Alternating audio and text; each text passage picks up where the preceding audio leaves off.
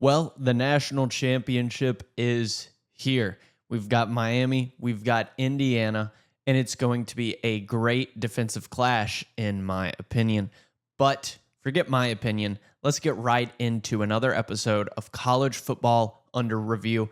As you can tell, we're in a different space if you are watching on YouTube or on Spotify for video format. We have finally gotten it set up. Is it in its final stage? No. But are we still able to give you the full show now? Yes. So we're going to rock and roll with it. This, as always, will be a show made by a football fan for football fans everywhere. Please subscribe if you have not. Helps me out, helps Under Review out, and it shows that you want to be a part of the Under Review community. So, as always, before we take the college football national championship game preview under review, we've got to take 38 Hot Tubs under review. 38 Hot Tubs is a family-owned and American-built business supplying Viking tubs that feature high-quality material and superior components, ensuring that every aspect of the hot tub is designed to last for years to come. When it comes to relaxation, recovery, and overall well-being, few things compare to the soothing experience of a high-quality hot tub. And for Rob Abel, it's all about helping people improve their health and quality of life. Whether you're an athlete looking for muscle recovery or someone who simply wants to unwind after a long day, soaking in a hot tub can provide numerous benefits. The ideal combination of warm water and hydrotherapy jets can ease tension and lower cortisol levels to help combat anxiety. A hot tub even promotes better blood flow, which leads to better muscle recovery, reduced soreness, and improved flexibility combined with overall cardiovascular health improvements. Even a nice nighttime soak can improve sleep quality by relaxing the body and mind before bed. So if you're interested in experiencing the therapeutic benefits of a Viking spa, reach out to Rob Abel today. If you mention this ad to Rob, your journey to relaxation and wellness starts with a $200 discount off one spa and $600 for an order of two. 38 Hot Tubs, whether you're looking for relief from sore muscles, a way to enhance your fitness routine, or simply a place to relax with family and friends, Rob is here to help you find the perfect hot tub to fit your needs. Now, let's take this college football national championship game under review.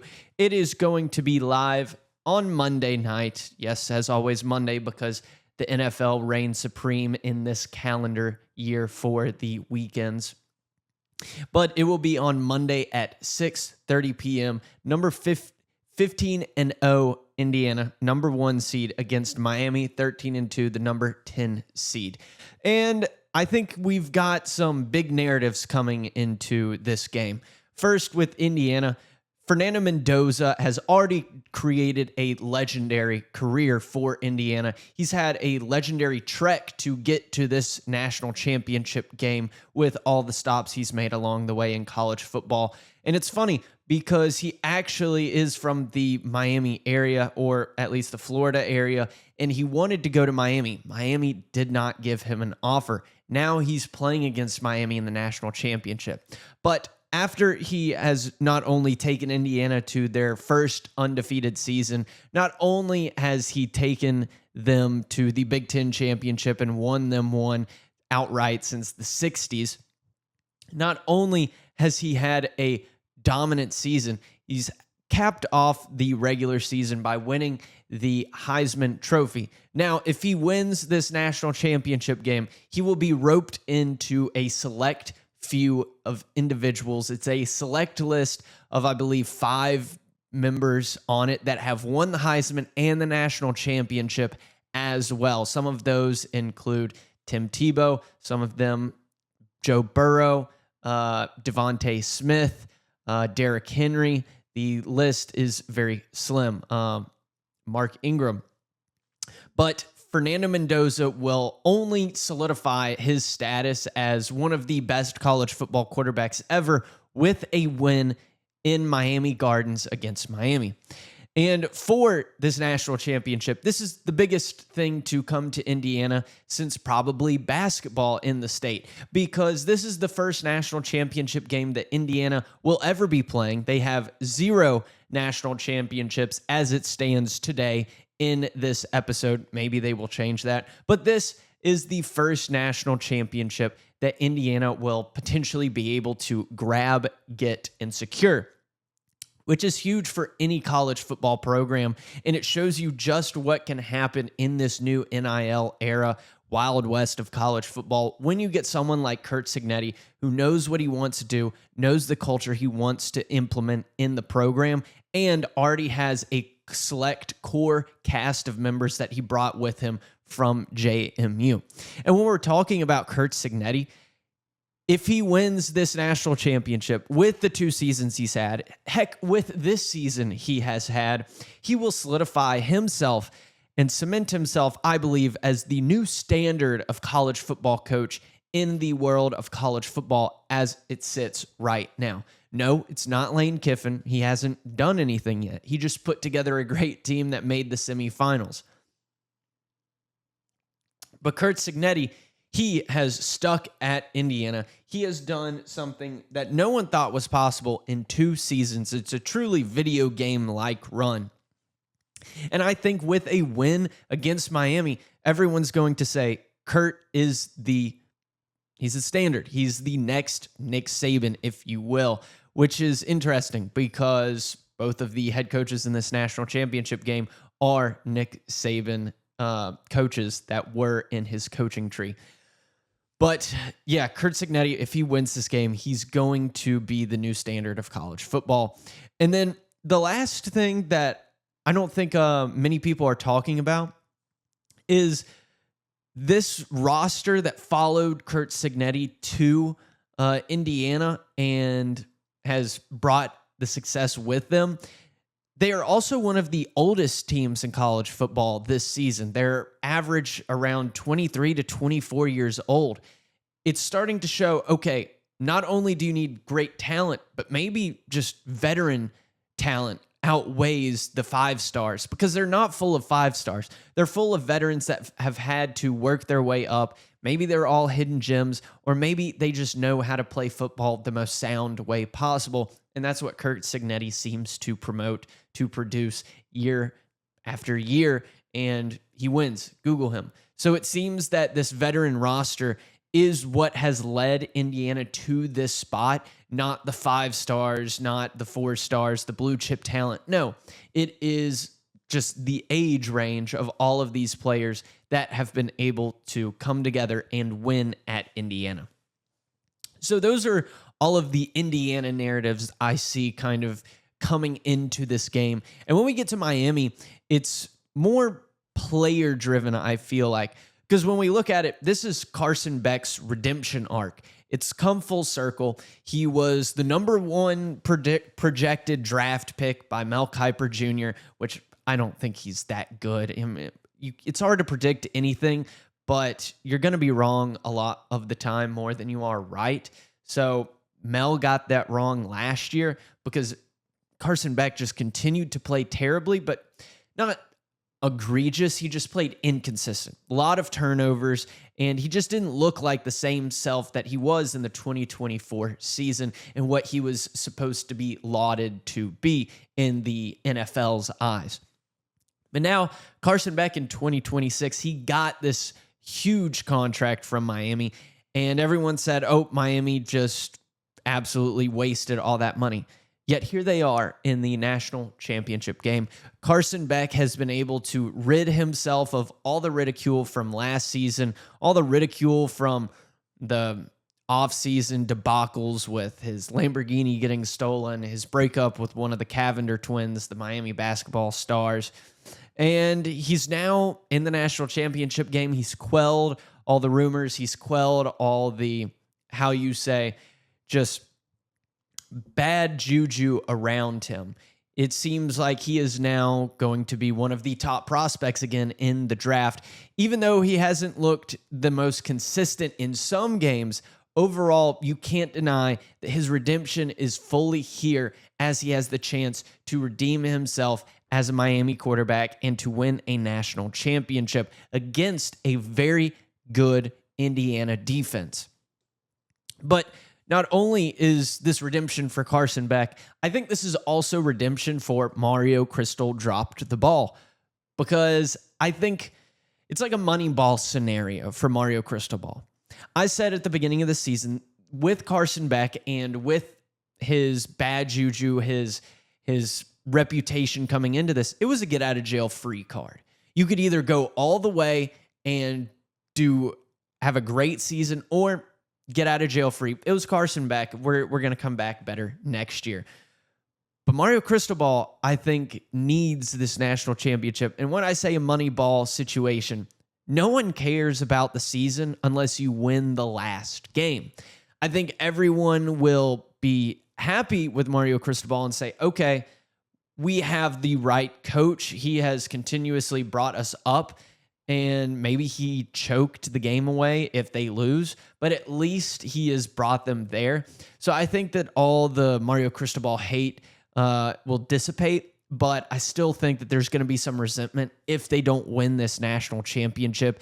If Mario Cristobal has a conundrum like a missed timeout or just a dumb play call that he makes during the game, because that has been something we've seen in the past, but not in this playoff. This Miami team is playing with a different chip on their shoulder in these playoff games.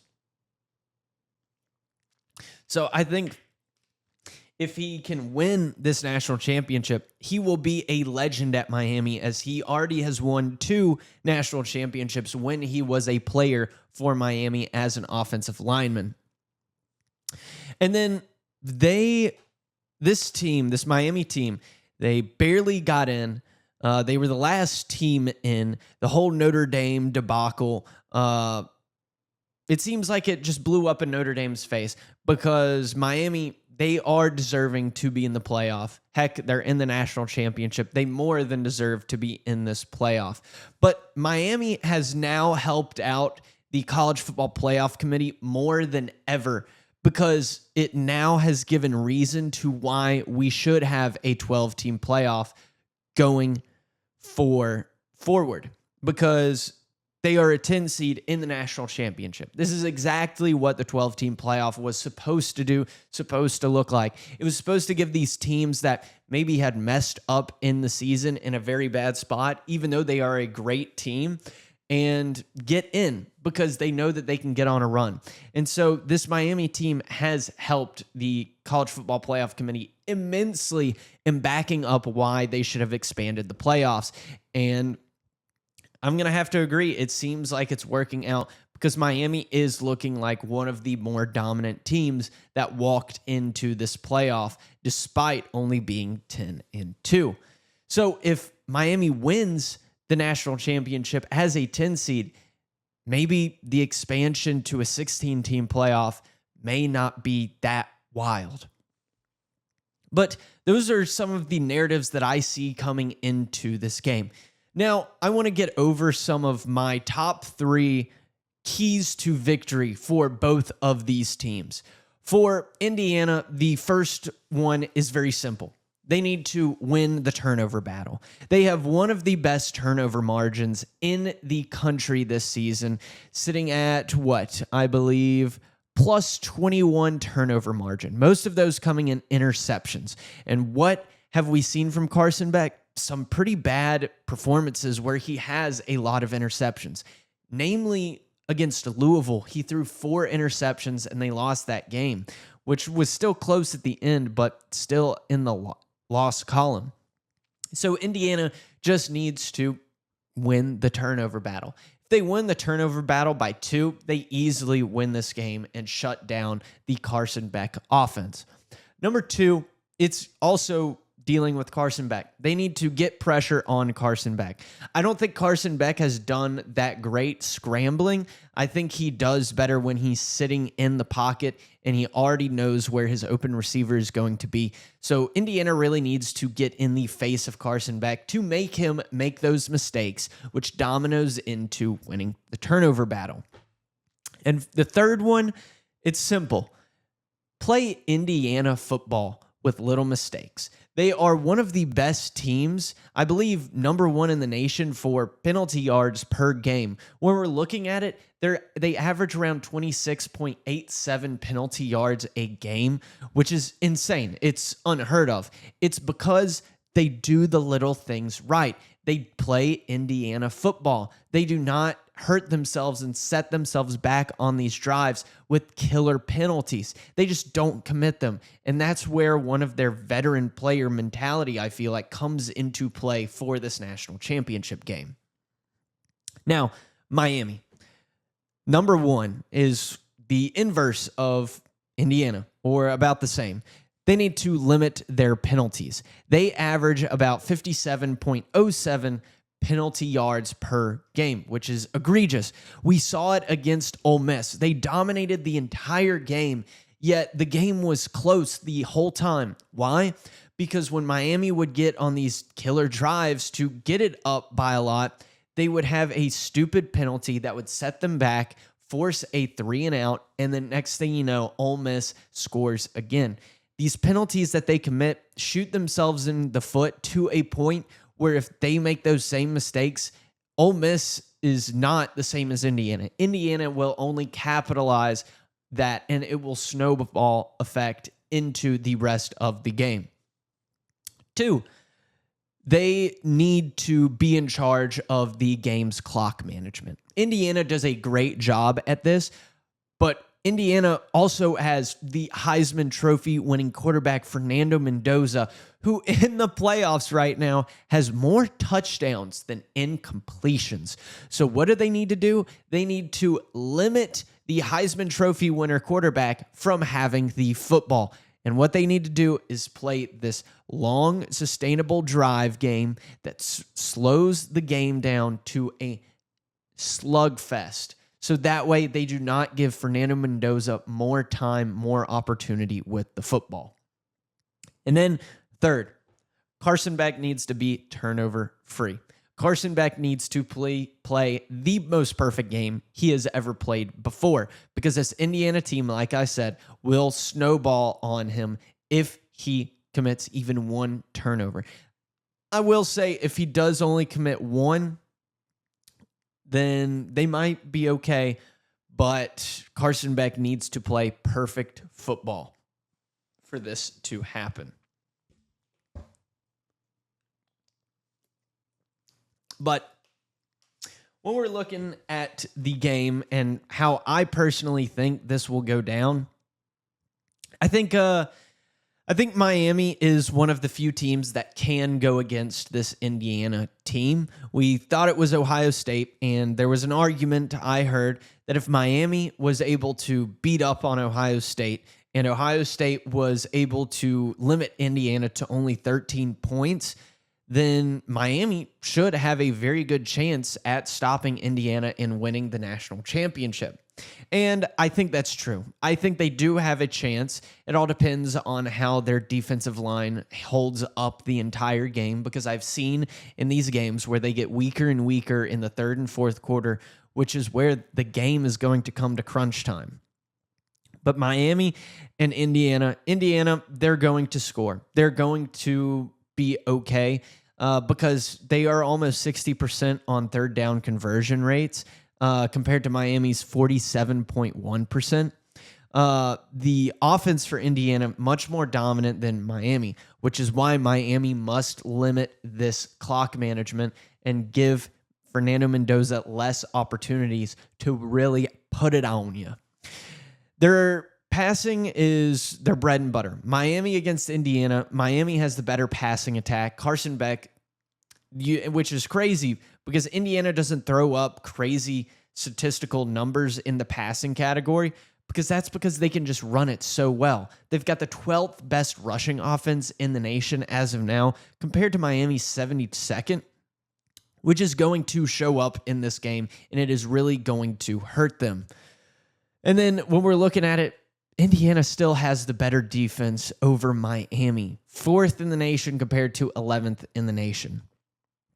But we've got another list of some, interesting categories like 4th down conversion rates. Miami is 18 points better than Indiana when it comes to this. Miami's red zone defense is one of the top 30 in the nation. And that's something that really needs to show out because this Indiana run game is very dominant. And then when we're looking at it, the team sacks, both of these teams are in the top 10 and are effective at getting pressure on the quarterback. The question is, who will get more pressure on who? Overall, I think that this is going to be one of a lot more exciting of a national championship than last year in the first half. I think all it takes is this Miami defense to get a little weary, tired, or even one of their big players up on the defensive front to get injured for the entire game to change. I think Indiana is basically the inevitable this season. I think Curt Cignetti will have the ability to win the national championship, cement himself as an icon in Indiana, create Indiana as a football town. Crazy enough, Bloomington probably doesn't know what that is like since they had Lee Corso there. But I think Indiana will dominate this game. I think Miami will keep it close that first half, but Indiana is going to make all the right adjustments during halftime, which will leave Miami in the dust. So give me Indiana, shocker. Give me Indiana in this game, though I'm really looking forward to seeing how it shapes out. Next week, at some point, we will give our recap of the national championship, our thoughts, and then we'll do another season recap, figure out what that's going to look like, and give you updates for what the offseason can look like. I'm Nick Watts. Thank all of you for tuning in to this episode, and we'll see you next time when we take more college football under review.